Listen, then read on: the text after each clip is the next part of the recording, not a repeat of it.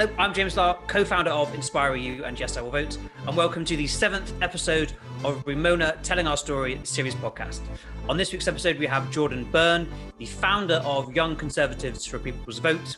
In this episode, we talk about the challenges that came with being a conservative on the Remain side of the Brexit argument, why Jordan set the group up in the first place, what the country looks like now for young people especially, and whether or not there is a crisis of conservatism here in the UK. I hope you enjoy.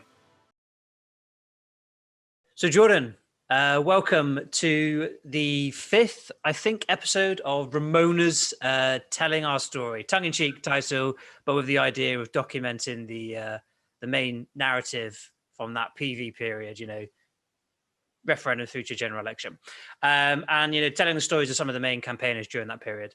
So thank you very much for coming on and talking to me today. So first thing I want to ask you is, you're a young guy like me, and you also a founder of one of the movements, one of the People Vote movements.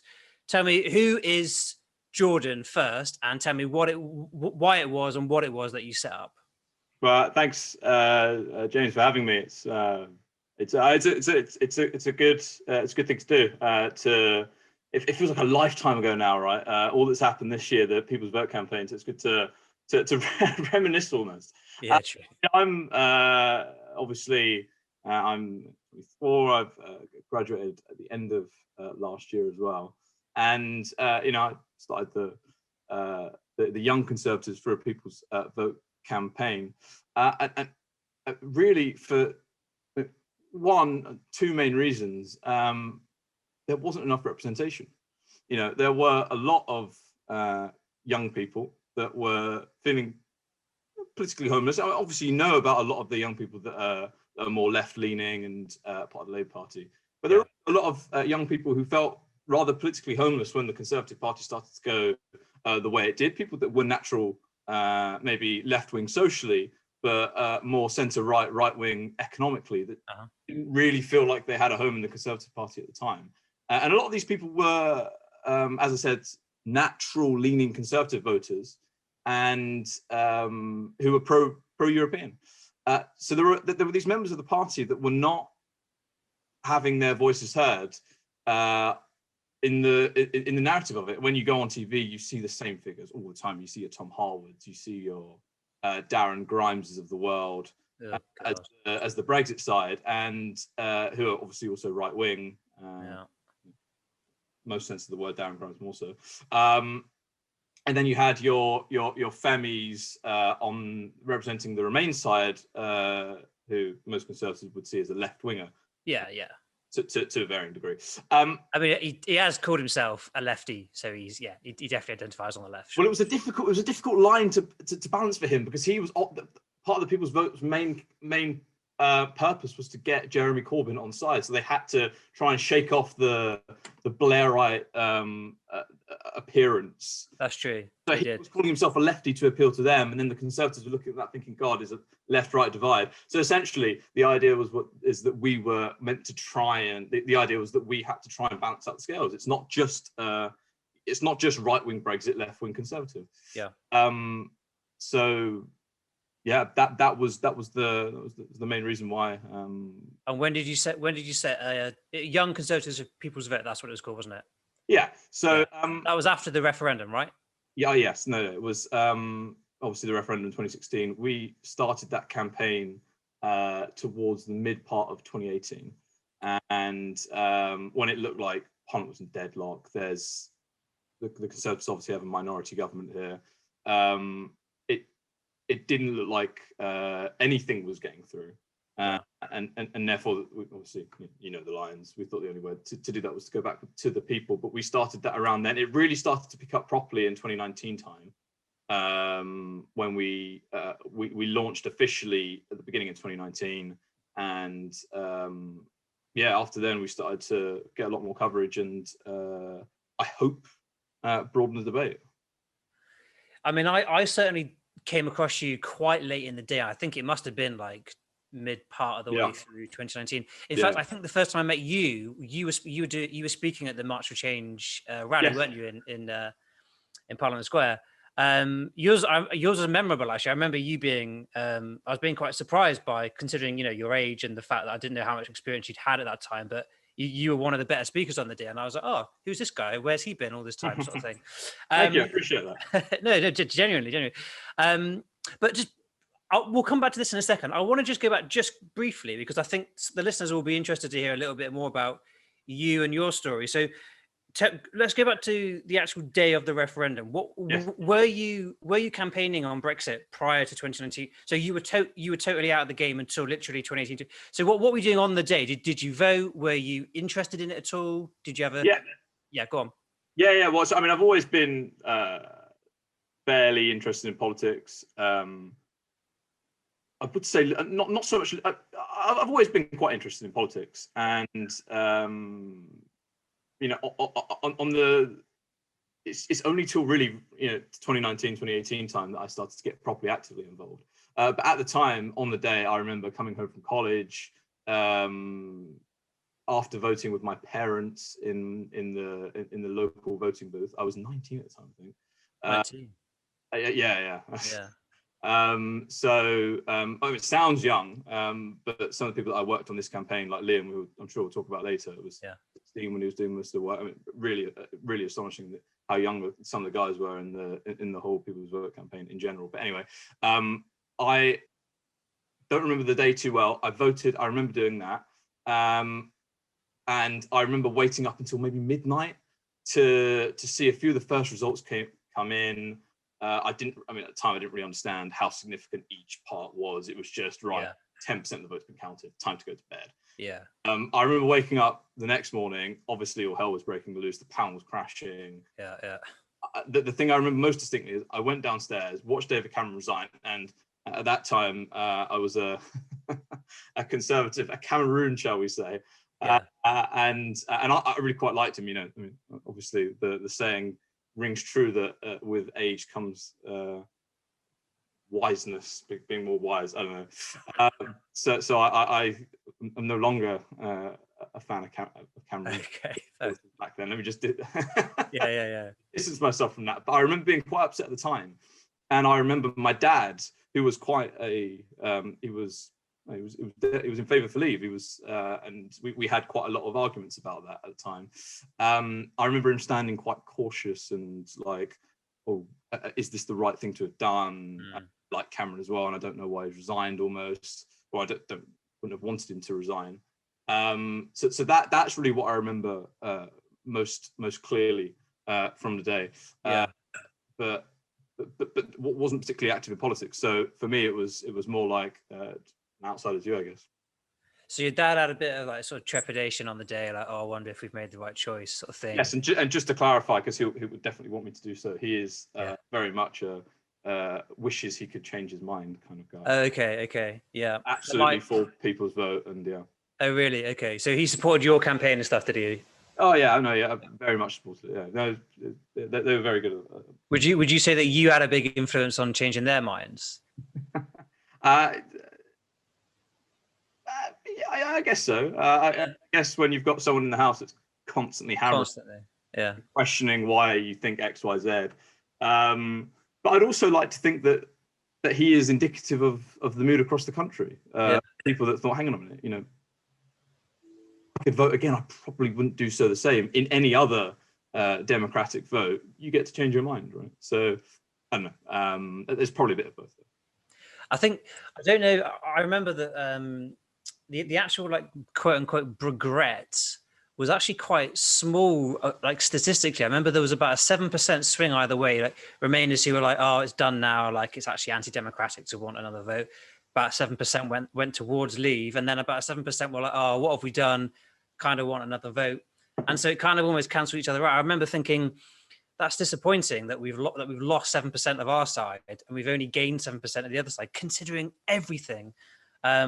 I mean, I think that's changed a lot now. I remember the last stats that came out were much more sort of in the favour of Remainers and regret. But that's interesting that your parents were sort of in that category. My parents also voted Brexit and were also hardcore PV people by the end. And sort of, I think I had a chat with them on this podcast actually a few episodes ago, and they sort of said, well, in the end, we had our views. They weren't particularly well.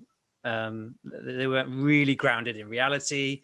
And you and your brother spent so much time talking about it that in the end, we just agreed with you because it was tricky to argue with you. Basically, you had the better arguments, and we just felt like we weren't really in the know back in 2016. And I think the conversation that we had was quite open and honest. And we both basically said, I don't think either side really knew what the EU was or what the consequences were going to be. But did you feel back then that there was?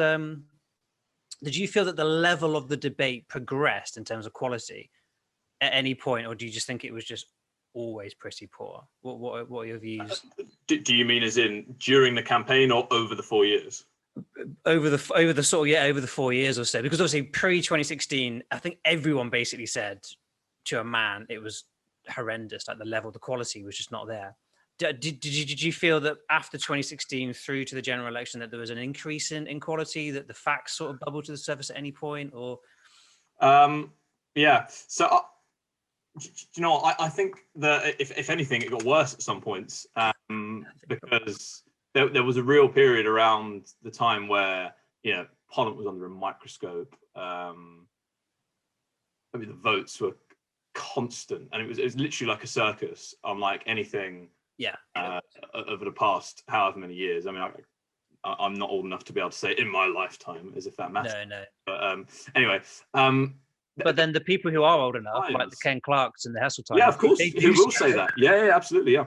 But it literally got to a point where you had MPs like Anna Soubry in particular, who was walking from Parliament to a bus or whatever, and they were being accosted by I mean, let's be honest, right-wing thugs, and so I don't really think the debate did get any better at any point, and I think a lot of that has and comes from a lack of understanding of what the EU is, and but this is it. It never was a really forensic insight into the EU and us saying no to that. It was always an emotional thing, and I'd obviously understood that better than we did, and it's why they exploited it better than we did. Okay, well that's also true, absolutely. Yeah. And it's why when I get into taxis or get into conversations with random people and they say, "Oh, we're now clear of the European Court of Justice," and then you ask them, "What about it? What ruling do you actually not like from them?" And they haven't. Yeah. It's the classic James O'Brien line, isn't it? Just give me one single thing the day we get full Brexit, one single thing, one piece of legislation, anything. Just give me one thing that you are desperate to get, that you know Brexit will deliver. And to a man, every single caller into that show, every time I've asked the same question, they just go, they panic and go, I've not got an example off the top of my head. You just go on, just give me one, anything. It could be anything, really small. And then often it's, well, and they think back and they think, oh, you know, the bendy bananas, and you just think, Jesus Christ. So literally, we're back here again. And that was also shown to be a complete nonsense in the first place anyway. So, like most things Boris Johnson does. But this is, I mean, if you want, when you ask me the question, do you think the quality of the debate has got better or worse? I think you just have to say bendy bananas. Yeah. I think that does most of it to you. But of course, the saddest thing about it is not just these what people think. It's the people who aren't typically engaged in politics too much, who aren't who don't particularly care in things other than what matters to them. Are there bins getting taken out? Are there are there local communities being funded properly, from the schools to the hospitals? You know, things that matter to most people. But this one issue that is supposed to be very complex was able to provide such an emotional attachment, and some people got so angry about things they didn't really even understand. Yeah, was obviously the saddest part. But yeah, so I guess in short answer to your question, not particularly. No, I don't think the debate got any better, and I think it's I think we were fighting a losing battle.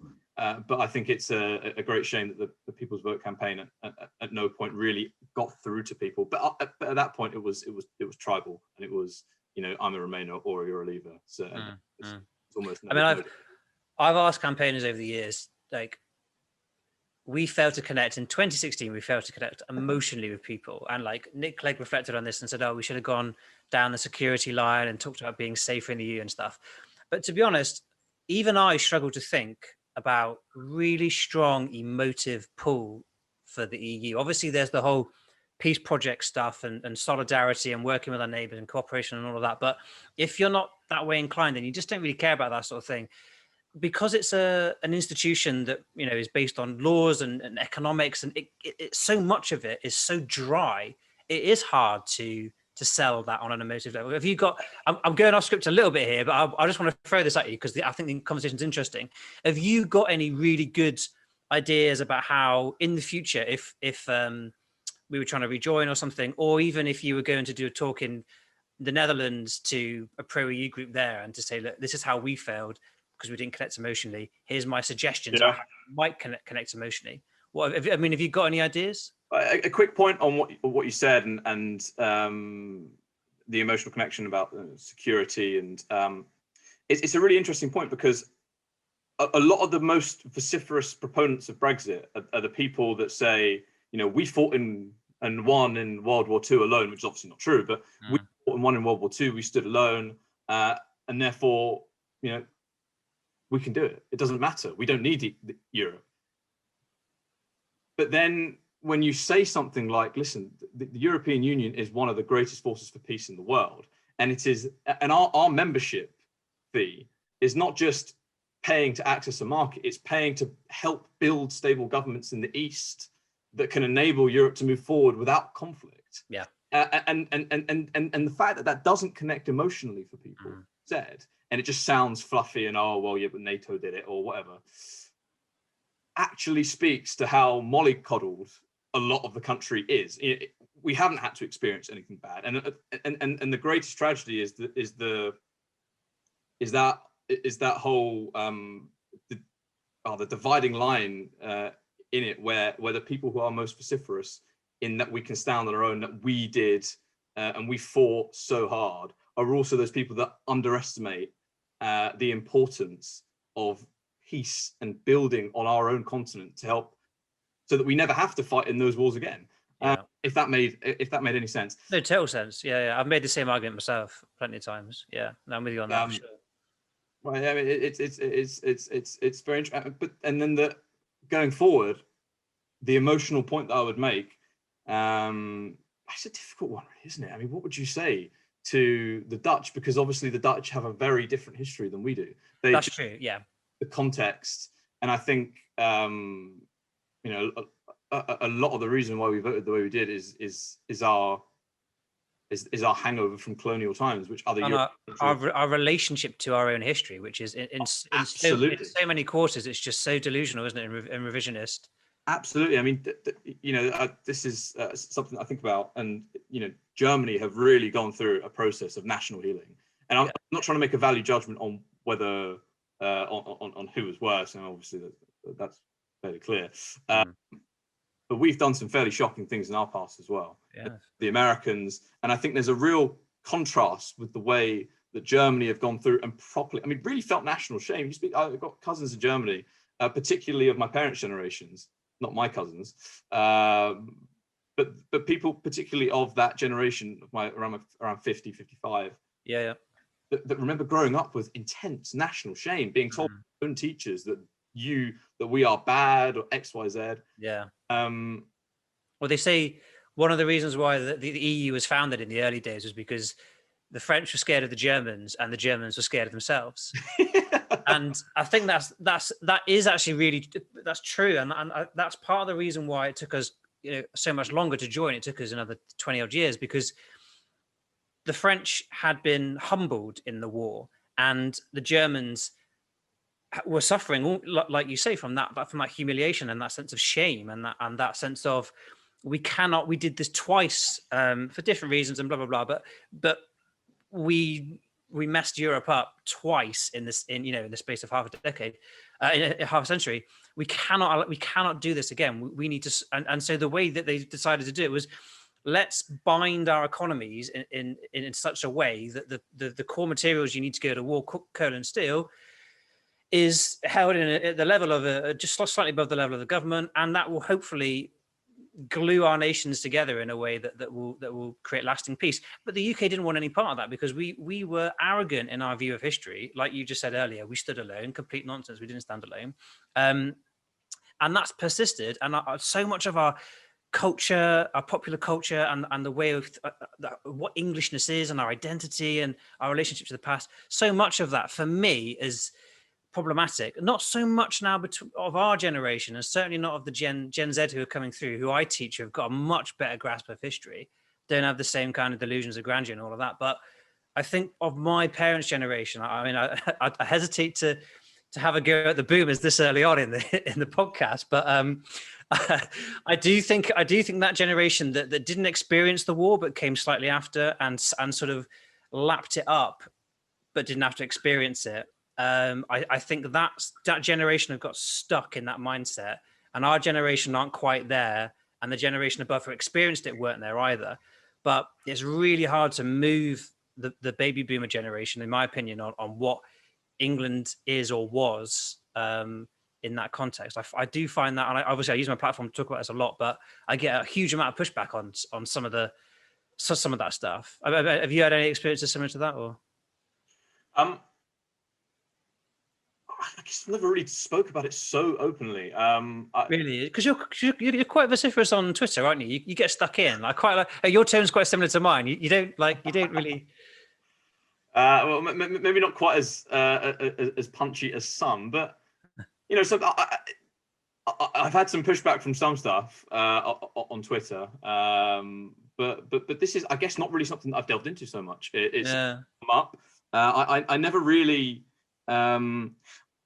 In the debate, in the actual people's vote debate, I didn't want to talk at people so much, and say why Britain voted this way because of delusions of national grandeur. And whilst that's true, I thought it was more a process of trying to take people with you rather than making it a bipartisan debate. And don't get me wrong, I absolutely agree with what you're doing, and I think it's necessary that education, and we, I mean, on a side note, we seriously lack any kind of civic education to the point where proroguing Parliament would seem to be a decent thing to do. But anyway, it's nuts, absolutely nuts. But it was just never really something that came up in our campaign. There were always people in our campaign that, I mean, so I'm now no longer a conservative. Socially, my views have always been quite to the left. So I didn't know this. So well, there you go. Right. Okay. Right. Okay. Oh, that's interesting because I've got questions later about some of this stuff. So. Well, I mean, so this is what I'm saying. So it's not really when you talk about, like, even I remember being at some event with a few MPs. I'm obviously not going to name names, and I was saying stuff like the Dresden bombings was a complete war crime, and even that is enough to turn people off. Yeah. Which is, I mean, it's fairly clear that's what it was, but like, so talking about Britain's history in such a way, it's quite sensitive in those circles, and it's just not really something relevant for a conservative page. And it's all these kind of things that have just prompted me to just. Yeah. No, I mean, I didn't mean was your campaign talking about that sort of stuff, because you're absolutely right. I guess on the right, World War II is like it's untouchable. It's like it's sacrilege to criticize the Allies or Churchill or Britain. I mean, Dresden's a good example. Dresden, I totally agree with you. I mean, in my opinion, it was wrong to do that. I thought that was taking it too far.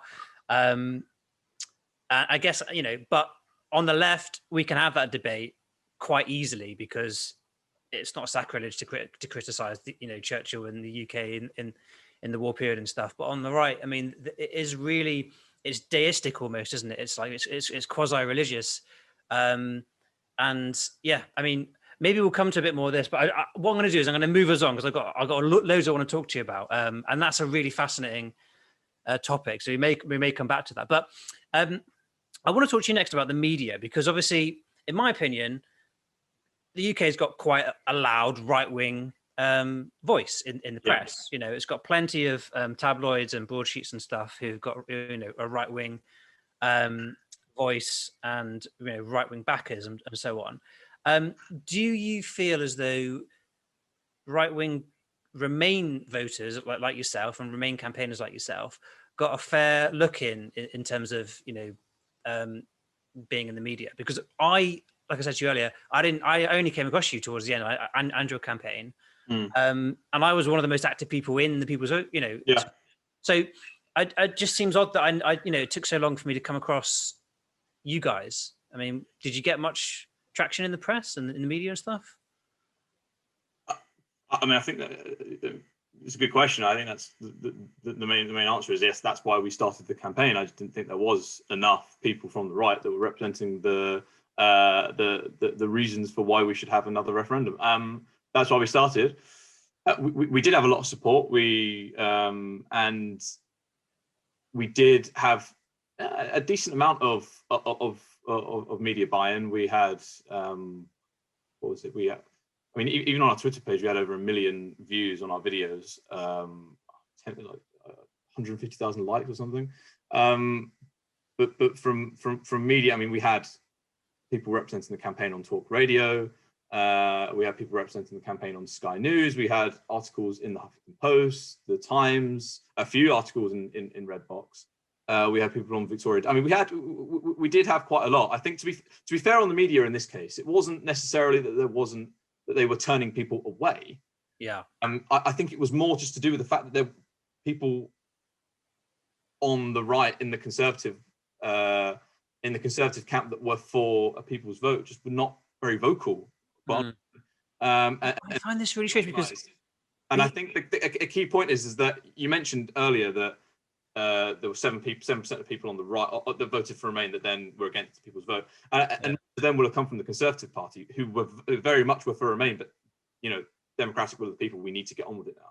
Yeah. A lot of the Conservatives were, I'm not going to say cowed. I think maybe some of them were, and some of them were very opportunistic and about their for sure career and advanced very much into the hard Brexit camp. But I think a lot of Conservatives did genuinely believe that this is what we need to do now. I don't like it, but we need to move forward and get the best deal for Britain, which is obviously never going to happen.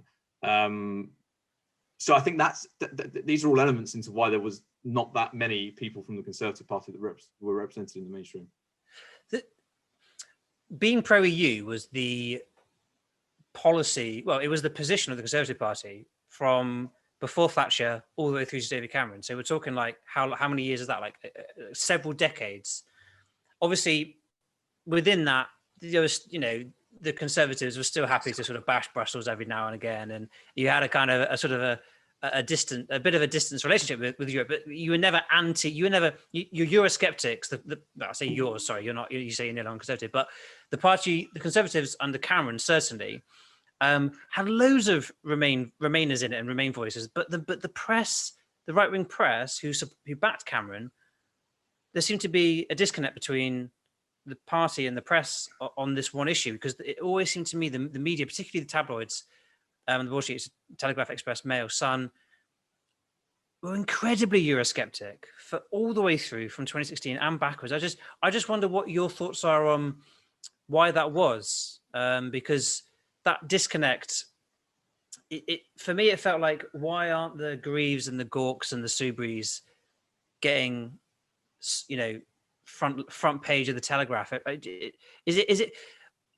My thesis has always been the right-wing press is more ERG than One Nation Tory. Yes. And that's kind of why they promoted the Brexit narrative far more. I mean, what are your thoughts on that? I mean, am I just talking nonsense, or on what specifically? Why the press are so much more Eurosceptic? Yeah.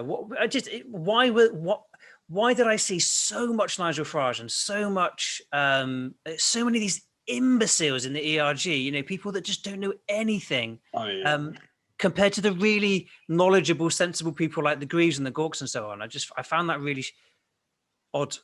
I think first thing is that the disconnect between Cameron and the media was what isn't the media that you're talking about was always there. It was not really surprising as well, because Cameron, I think in a large way, was not really so representative of the grassroots of the Conservative Party. I mean, I think that the main issue with that would be is that how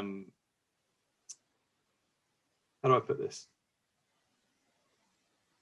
Cameron and the grassroots I mean, he got elected in, but on Europe was never really so. I mean, the Conservative grassroots, even before, I mean, obviously it got more extreme towards 2017, 2018, 2019, but the Conservative grassroots, I think, were always fairly Eurosceptic. I think the main disconnect happened and became more apparent because of how much of an issue the European debate became.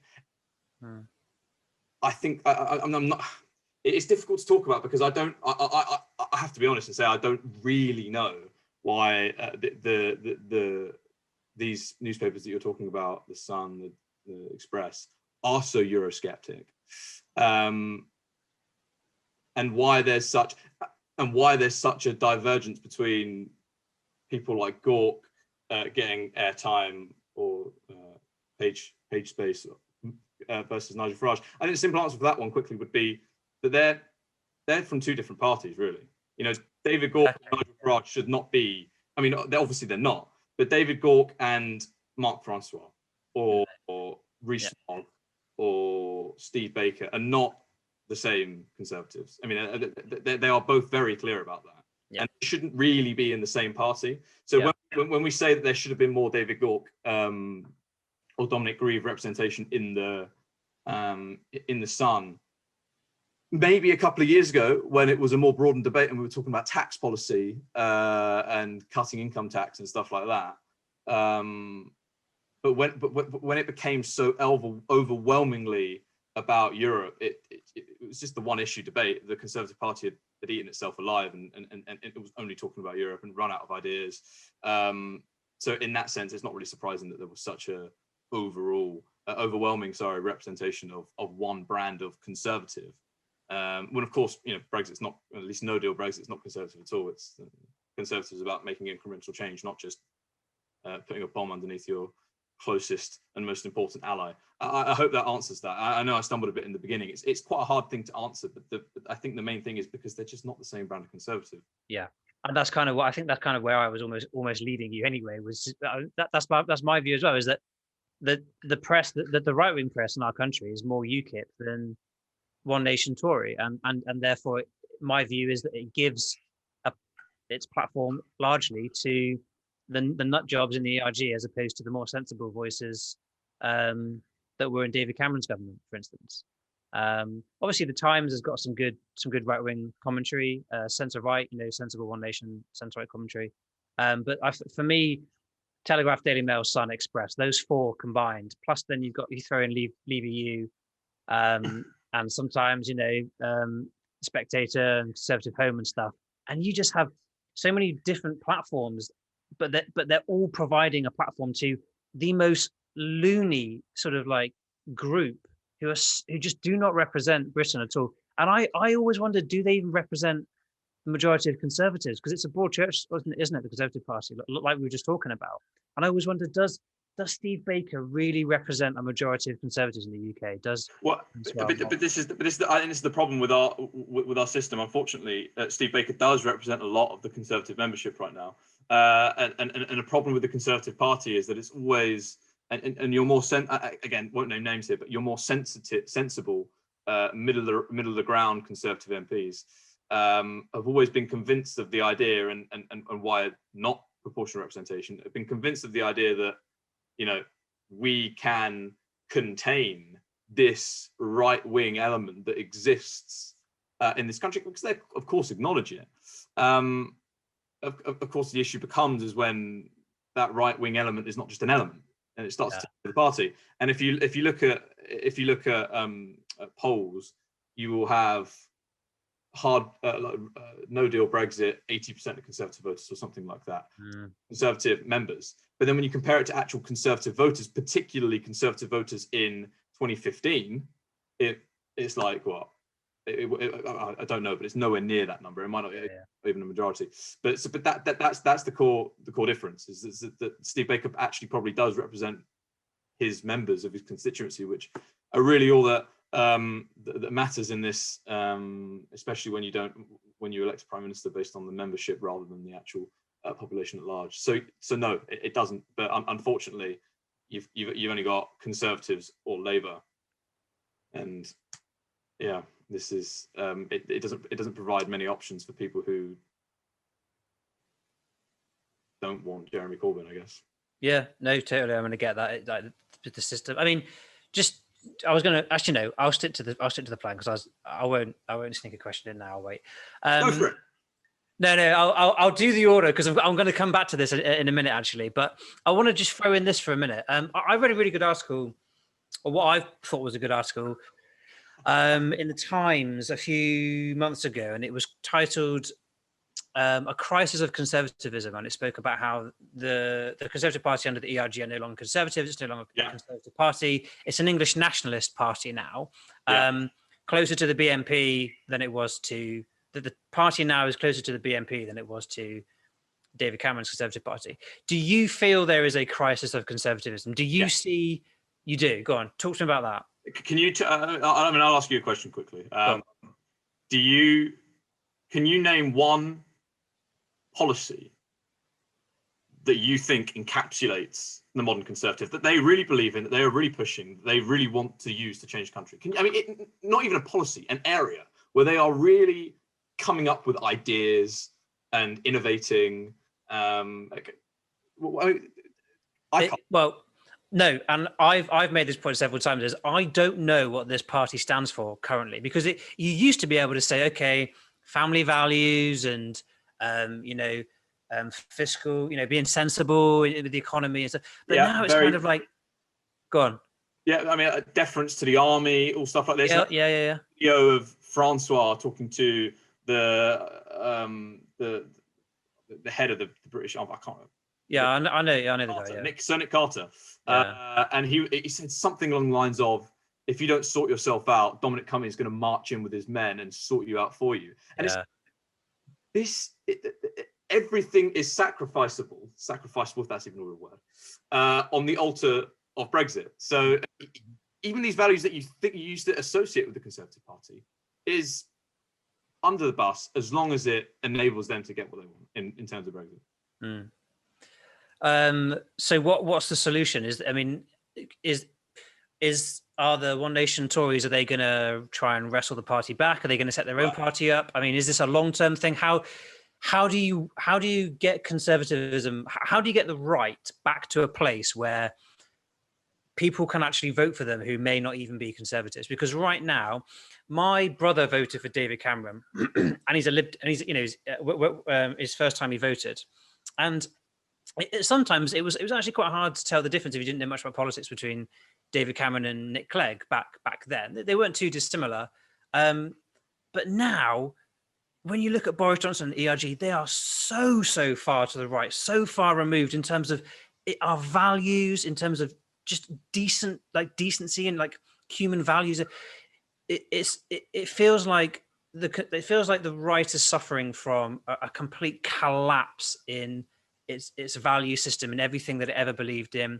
I don't know what the road back looks like, or how long it would take, or how you get back there. I mean, what are your thoughts on that? Well, I mean, first they need to really hone in what that means for them and what the issue is. Unfortunately, now they're running on a short-term wave of populism, but in the long run, a lack of ideas and a lack of real values will not win you votes. But I mean, the crisis of conservatism, I think, is summed up in two ways, really. One, what we've already mentioned, is very much running out of ideas. And the second one is they seem to be against everything, but not really for a lot. I mean, conservatives, or classical liberals, neoliberals, whatever, generally tend to be hands off with the economy, like to let it do what it wants, to let the free market allocate resources in amoral way, is what they say, right? Obviously, there's no doubt that the free market can't do everything, and should not do everything, i.e., healthcare. But what we're seeing in our system is when this market is left unchecked, and I think 30 years of Thatcherism 40 years, God, even now, has left a system in place where you have got just huge disparities of wealth. I mean, there's no doubt about it. I mean, you see corporate pay packets absolutely soaring over last year with minimum wages and lowest earners in the company going nowhere. Yeah, public sector pay freeze as well, like on the NHS and stuff. Exactly. Yeah, I mean, you've got wealth allocations that are so extreme, not just amongst classes as well, but with age and in geography. Obviously, the problem becomes that in a capitalist system, if you have a system and if you have an entire generation like I'm 24, so very much my generation now, that are just completely without capital when it comes to homes. And there's obviously a very British psyche about needing to own your own home. The point becomes, how can young people believe in a system that does not, where they don't even own the main means to be able to actually contribute, or not contribute, but to participate fully in that system? So you've got a whole generation that are growing up thinking and are looking at the Conservative Party like, you are the custodians of this wealth, and you're blocking policies that are necessary for more home building or taxing, or so you've got an entire generation that are essentially saying, what's the alternatives? And the Conservative Party don't have any ideas for that, because of course if they tax, if they have a wealth tax, that hits it directly at their base, which is older people from with capital, who have capital, who have sat on a house for the last 30 years, even 20 years, and it's just appreciated in value immensely. Even in the last 20 years in London, average house prices have gone from like 4 times average wage to like 15 times average wage in a generation. And the Conservative, so I don't think the Conservative Party have any real answers for that, right? So that's turning an entire generation off. Second, obviously, they're not really for much as well, right? They're against Europe, but can't tell you why. That is populism, though. I mean, it's the same all over Europe, isn't it? All the populist parties are very much so anti-Islam, anti-immigration, anti-EU, just be anti-stuff. And usually populists turn up historically when there's been some kind of depression or something, or crisis. And we've had multiple crises in the UK. We've had the collapse of the banks in 2008. Then we had like the expenses scandal, which like fermented like increased cynicism. Then we had like the migration crisis in the EU and stuff. So we've had like lots of different things that have just created layers and layers of cynicism over time. And that is often when populists steal in, and they don't come in with solutions. That's not what populists do. They're not solution focused. They're problem focused. They come in and go, that guy over there, he wants to take your healthcare. He wants to take your kid's school place or something. And that's it's like. I was going to say, and for me, it's sad to see the Conservative Party that, I mean, I'm not a Conservative, and I really, really despise this Conservative Party, but I for obvious reasons. You and me both, James. Yeah, well, it's hard not to, isn't it? I mean, they make it pretty easy, but it's sad to see in the UK, and maybe this is a little bit of exceptionalism that I've got built into me, but I've always looked at the UK and thought both sides, they've got their differences. Sensible, stable. But it's grounded in certain core norms, integrity to a certain extent, truth to a certain extent. Like if you get caught out lying, you should resign or you get pushed out. But now you just double down and you come up with a new lie and lie after lie, and you just saturate the debate with more lies.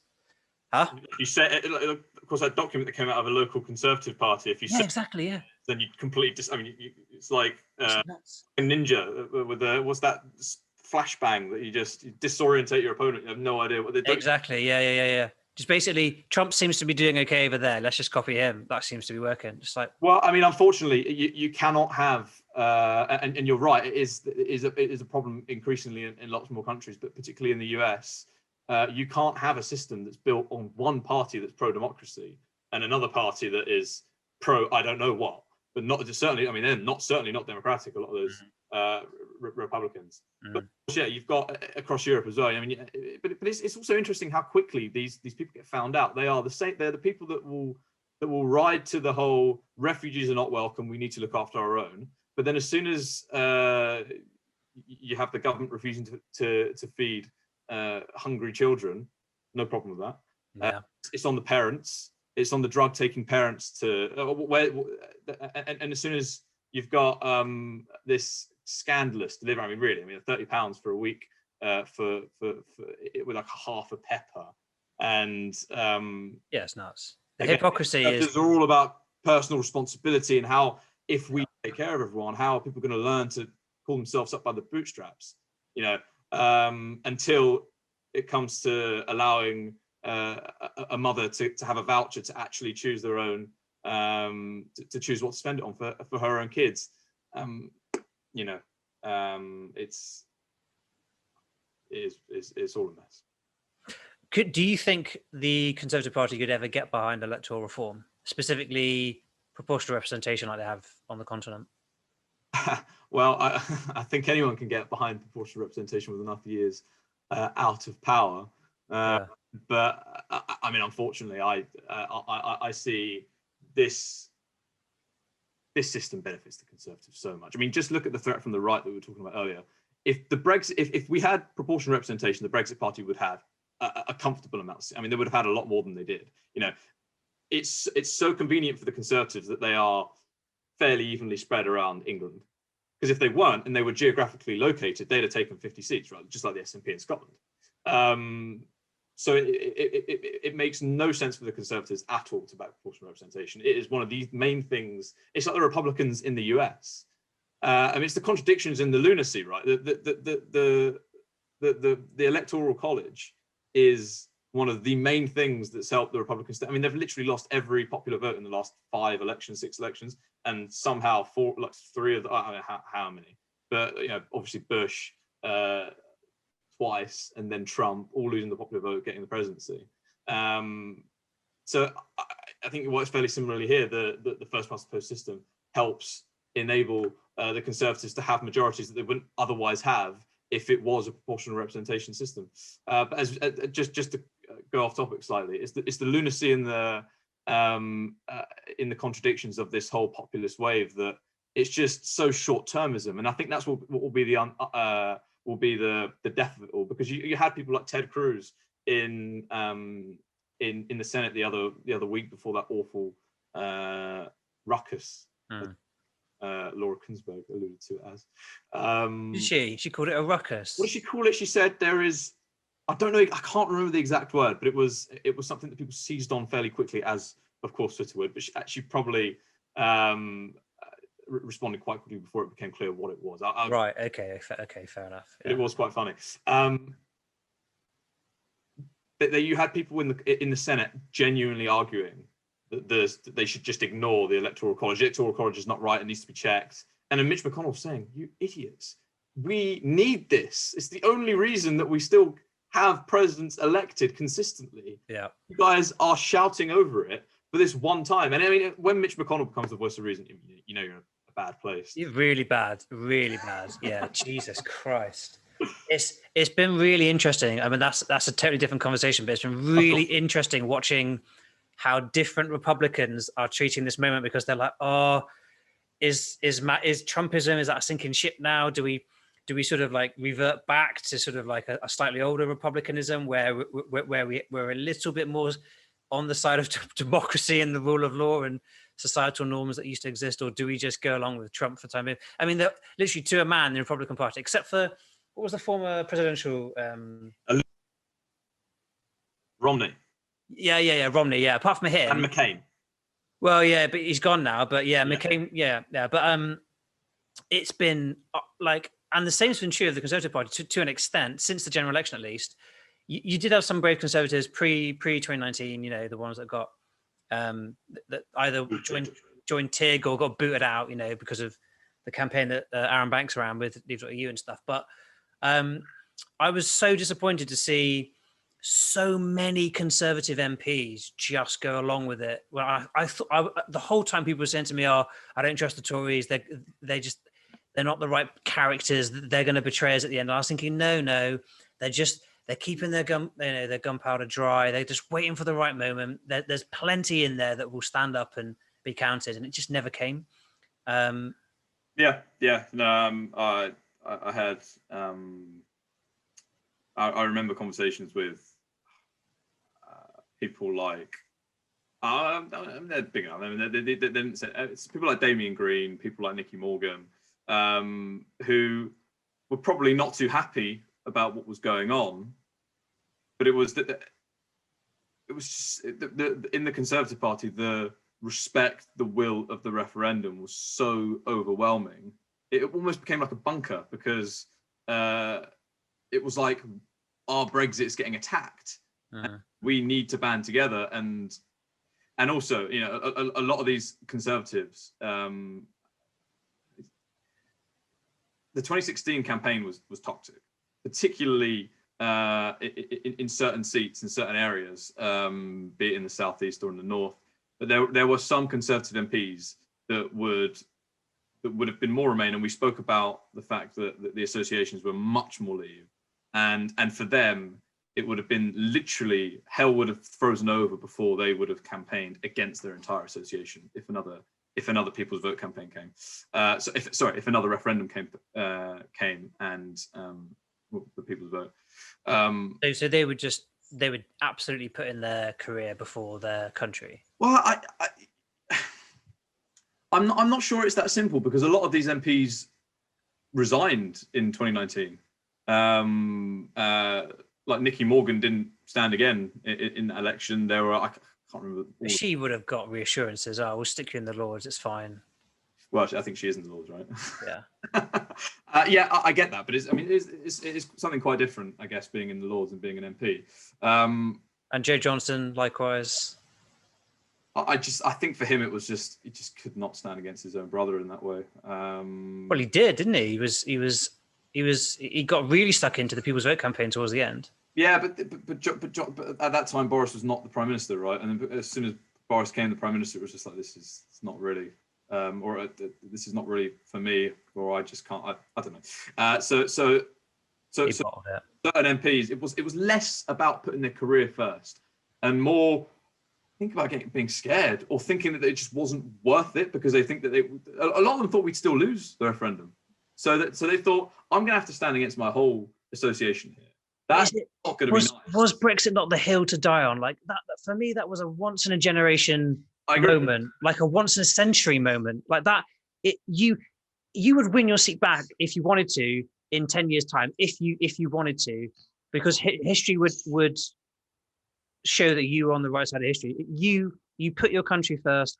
I think history will be absolutely scathing of the current political class in the Conservative Party, particularly about how they put. In my opinion, you're saying maybe it's not so much about, but in my opinion, there were far too many that just said, if I challenge Brexit and if I back People's Vote, I'm going to lose my seat, and I didn't want to do that. Yeah, but a lot of them but a lot of them would have thought, what's the point of me losing my seat? I need to be here after to make sure that I try my best to keep the government to account and to try and make sure that we have a best deal as possible. Obviously, that's trying to negotiate with a tiger when your head's in its mouth, right? But I think that's I really think there were a lot of Conservative MPs at the time that would just actually would have genuinely preferred not to have been in politics than to have had to go through the whole referendum process again. It was even because it was the years after that as well. It was non-stop. We're just like, I'm fed up with it all. I'm getting asked to put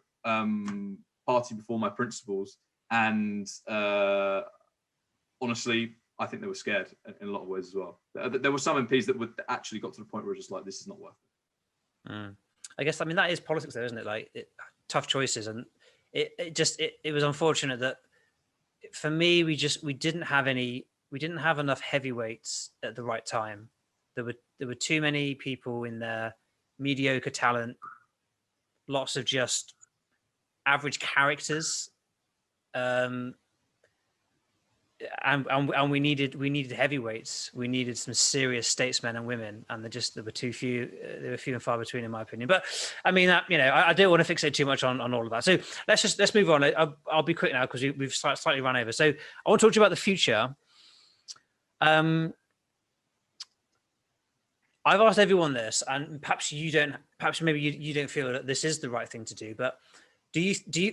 So what I'll do is I'll rephrase it. Do you think rejoining is one, something we ought to be thinking about and pursuing, and two, do you think it's likely, and if so, how long do you think it would take? I mean, it's just asking. I mean, you'd have to have a crystal ball to be able to know the answer to these questions. I think our destiny, if you put it like that, lies in the heart of Europe. I mean, we are the fifth largest economy in the world, soon to be the sixth. But that doesn't really mean much when the first and the second, and soon to be the third with India, are 5, 6, 7 times larger than you in GDP alone, and like 100 times larger than you in terms of geographical mass. So, you know, there is no doubt in my mind that we will at some point go back into the European Union. The European Union exists because it always would, maybe not in the form that it has taken, but that is what it is. And as a country with a proud history, I see no doubt that at some point we will go back to being a leader in a leading bloc in the world, in a world that's run by blocks. So I don't see any doubt in that. Timescales, I have no idea. There'll be a lot smarter men and women than me that will be able to give you a better prediction on that, on how long it takes to disentangle, then re-entangle, whether we will disentangle at all. And so what was so the first question, obviously.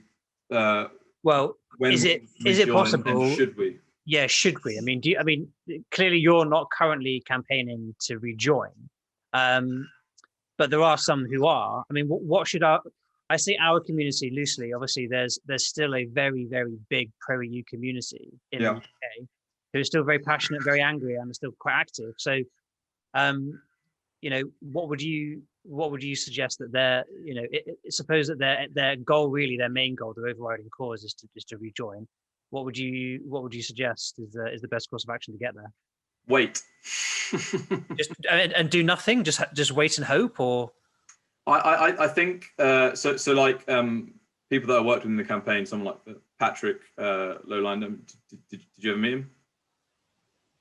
I know the names. Yeah. Well, so Patrick was the leader of the Conservatives for People's Vote campaign. Or at least he was the national director, or whatever you call it. He now works for EFTA for UK.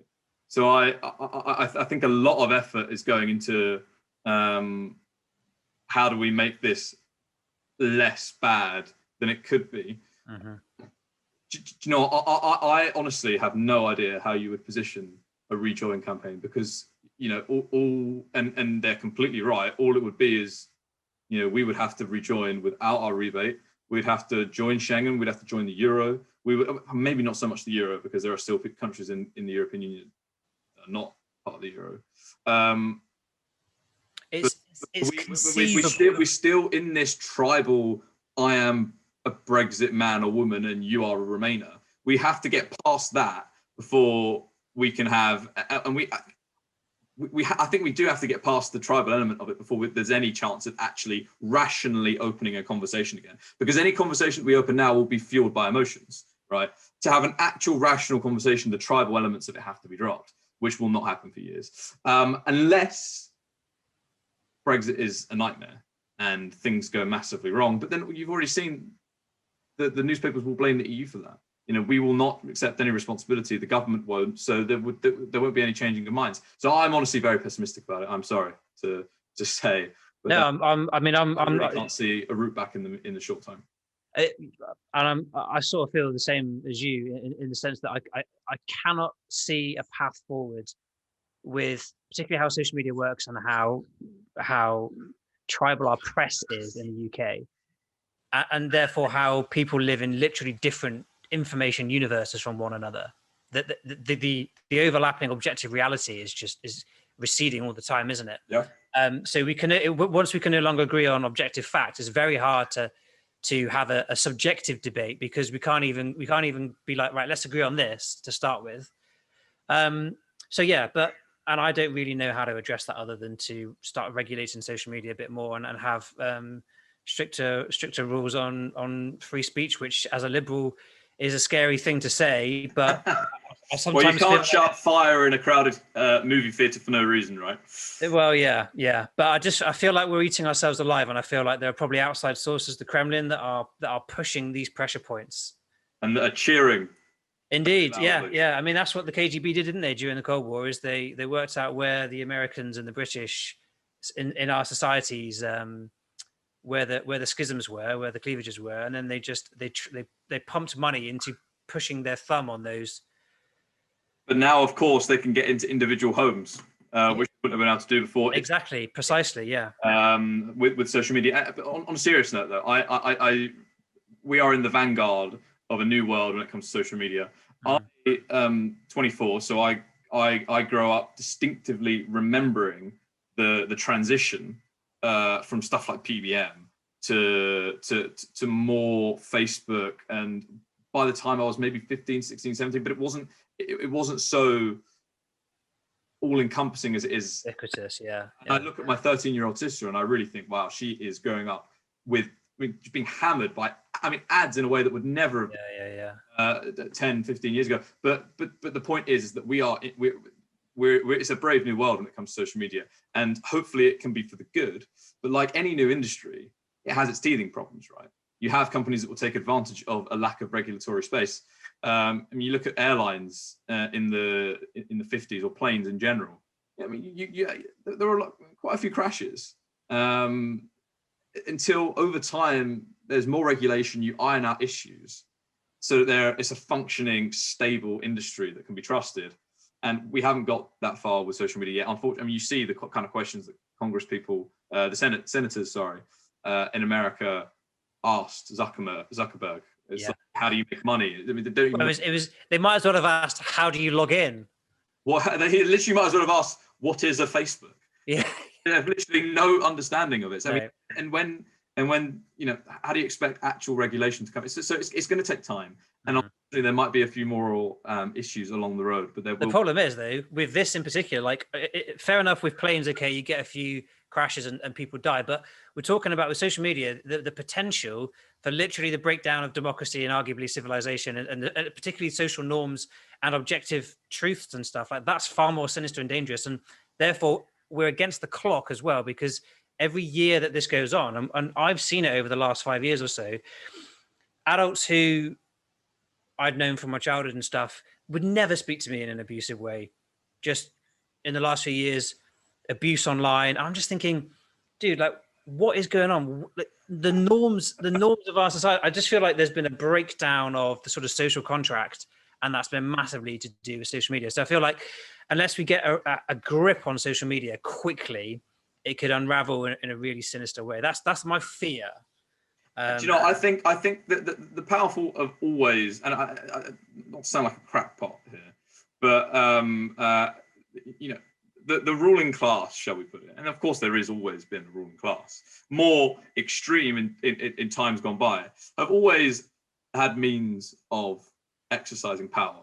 A couple of 100 years ago, it would have been a lack of information, right? A lack of information of what's going on. Whereas now it's gone the complete opposite way. And, social media and the internet, I think, are generally good. I mean, if you'd have asked someone in the 1850s, which only relied on the printing press, would you like to get this information directly to you that do not have to, that can't be controlled or manipulated? I probably would have said, yes, we need information. We don't have information, right? If they'd have understood the concept of what social media would be. Anyway, point is that social media is supposed to be a force for good, in that it's easier to share information. It's easier for people to find things out that maybe the government would otherwise not want you to find out. Unfortunately, the government have also not the government, but the forces that be, again, we're being a conspiracy theorist here, absolutely not. Well, the Koch brothers, the billionaire, the right-wing billionaires. Exactly, these people that are behind the scenes and trying to influence things by donating an extortionate amount of money for elections in America, will adapt as well, right? It's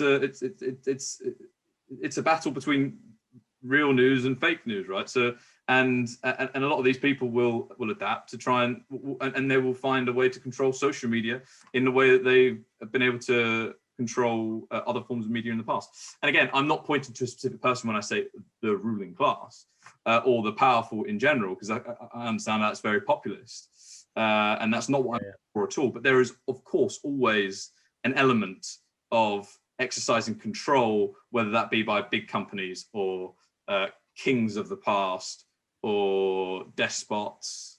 And it's like a game of cat and mouse almost. It's like to try and find new ways. I'm not as chilled as you on this. Like I think you and I are in slightly different places on this. I feel like there's an emergency that we're against the clock. But I mean, I take what you're saying, and you're absolutely right. Like there's always an arms race, isn't there, between power and then trying to keep power in check and making sure that it's in the interest of the people and stuff. But yeah, okay. I've gone way over time now, so I want to just I want to end on a final question, and you can make this really brief. But you're a young person, you got into politics, for a few years. What would you say to young people now who are looking at the state of the world and thinking, I want to do something, but I just don't know where to start? Like, where should I be putting my energy? How do I get involved in campaigning? Am I going to make a difference? What would your message be to young people that are caring about the world and want to do something? I mean, there are so many issues. I mean, really, there are a lot. You've got climate. You've got in China now the Uyghur. You've got, I mean, so many issues that transcend countries, transcends communities. There's not a shortage of issues to get involved in, and there are lots of ways to there are lots of ways to get involved. Even something as simple as finding a page on Twitter that resonates with you, and messaging them, asking them how to get in touch. The one thing I have found it quite difficult to get grad schemes. I think a lot of young people are having the same thing. Getting on the job ladder is very difficult. I mean, not to mention COVID. It's very difficult to just turn up at someone's office and say, "Can you give me a job?" Whereas in politics, they can't tell you to F off. Unless you went to Eton, but yeah. Well, unless you went to Eton. Yeah. But in politics, they can't tell you to F off. You can campaign, you can volunteer in a way, and you can get access to people in a way that you would not be able to do in the private sector. So, and that's really what I found in my final year of university. I felt very strongly about Brexit, and I wanted to get involved. And the more I got involved, the more I learned, the more people that I met, the more contacts that I made, and the more that I was able to get the group out there and push it. So I think that's probably the best thing that I would say.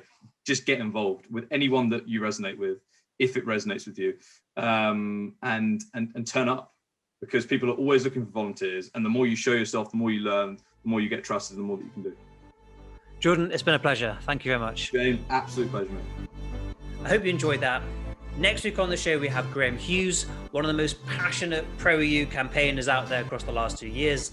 In this episode, we talk about why Graham was compelled to get into politics, despite having not come from a political background himself. We talk about the European identity, what it means to be a Remoaner, and we talk about the future, what our community does now moving forward. I hope to see you then. Thanks so much.